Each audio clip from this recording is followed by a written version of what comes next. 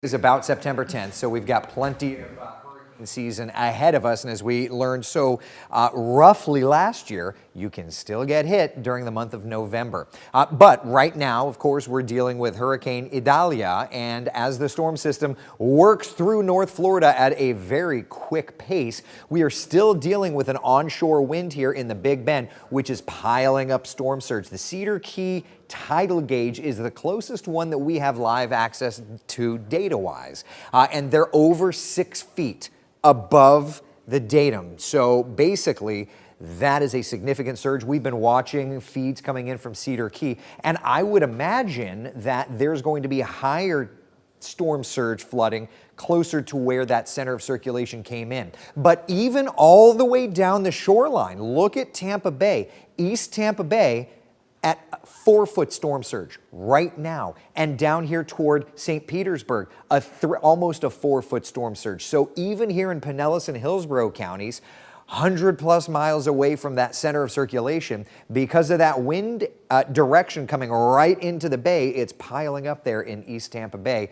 And Bayshore Boulevard, which is right in downtown Tampa, floods in a bad, like a king tide. So this is even more so than that. The center of circulation is already just about to the Florida-Georgia line. Of course, Idalia has gotten weaker over the last few hours since making landfall about 2 hours ago. Winds are down to 110 miles an hour, and it's racing now at 18 miles an hour. What's interesting is it's still a potent hurricane.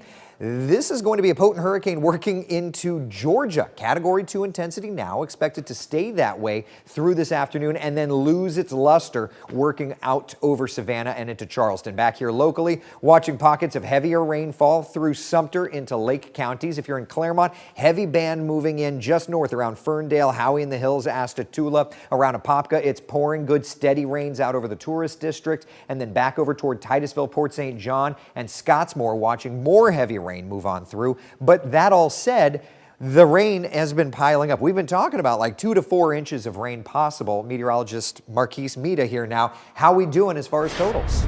Well, super wet as we move towards the 10 o'clock hour. Salt Springs, 3 inches of rain so far. Lake George, just under 2.5. Marion Oaks, 2.28. Red Hawk, 2.06, closer to us here in Orange County. We've had some heavy rain as well. Those numbers continue to increase as we move across the morning.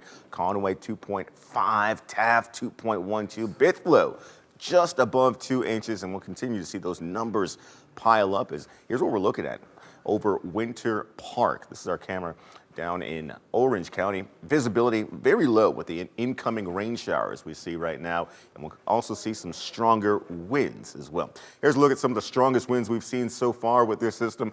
Kissimmee, 51-mile-per-hour gusts. These winds are strong enough to lift debris on the roadways, so you need to stay indoors and just wait this storm out. Ocala, 42-mile-per-hour gusts. Sanford, 40 on the dot.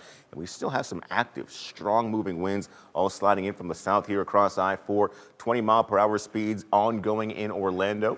And as we head further out towards the west, we see that flow coming in from the south and the west, increasing your storm surge in the Big Bend area. And that's where we have that scattered severe weather risk. Of course, storm surge is going to be high on our risk today, but we also have the risk of possible tornadic spin-ups as we currently remain under a tornado watch until 3 in the afternoon.